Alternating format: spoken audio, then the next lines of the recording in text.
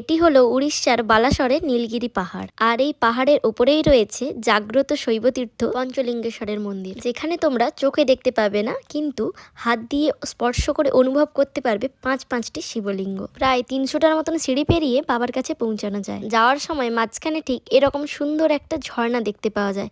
ঝর্ণাটার এত সুন্দর আওয়াজ আর এত সুন্দর দেখতে আর এত সুন্দর ঠান্ডা ঠান্ডা বাতাস। এবার আমরা ওপরের দিকে উঠছি, ক্রমশ আর কতটা আছে কি জানি, অনেকটাই উপরে উঠে গেছি। সামনেই আছে আমাদের বাবা মহাদেব।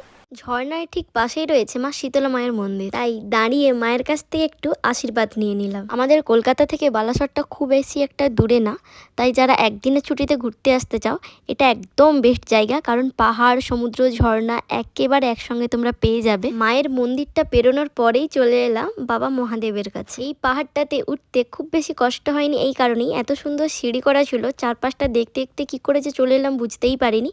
তার ওপরে সিঁড়িগুলো খুব লম্বা লম্বা করা ছিল। আমরা শিবলিঙ্গ দেখতে পাই না বলেই বাইরে কি সুন্দর করে মন্দির প্রতিষ্ঠা করা আছে, যেখানে আমরা একটু প্রণাম টনাম সেরে ওখান থেকে প্রসাদ দেওয়া হলো। প্রসাদে ছিল নারকেল, ওই নারকেলটা খেয়েছিলাম আর বাড়িও নিয়ে এসেছিলাম। আর এটা হলো সেই পঞ্চ শিবলিঙ্গ, যেখানে 5টা শিবলিঙ্গ চোখে দেখা যায় না, এই ঝর্ণার পেছনেই লুকিয়ে আছে। জলের এতটাই স্রোত আমরা কিন্তু স্পর্শ করতে পারিনি, এটা আমার একদম আফসোস রয়ে গেল। কিন্তু আমি আবারও কোনো একদিন যাব, যেখানে গিয়ে বাবাকে স্পর্শ করে আসব। এই একটা দাদু গিয়েছিলেন, যিনি কিনা হাত দিয়ে স্পর্শ করতেন, কিন্তু পেরেছেন কিনা আমার ঠিক জানা নেই, এতটাই জলের স্রোত।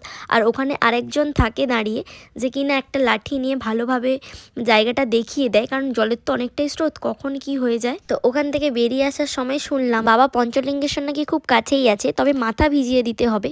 এবার অনেকটা হাত ঢুকাতে হবে, কিরকম কি ব্যাপার ভয়ে আমি যাইনি, কিন্তু এই আশাটা আমার রয়েই গেল। কিন্তু আমি আবারও যাব আর গিয়ে বাবাকে স্পর্শ করে আসবো। ভালোবেসে সবাই বলে হর হর মহাদেব।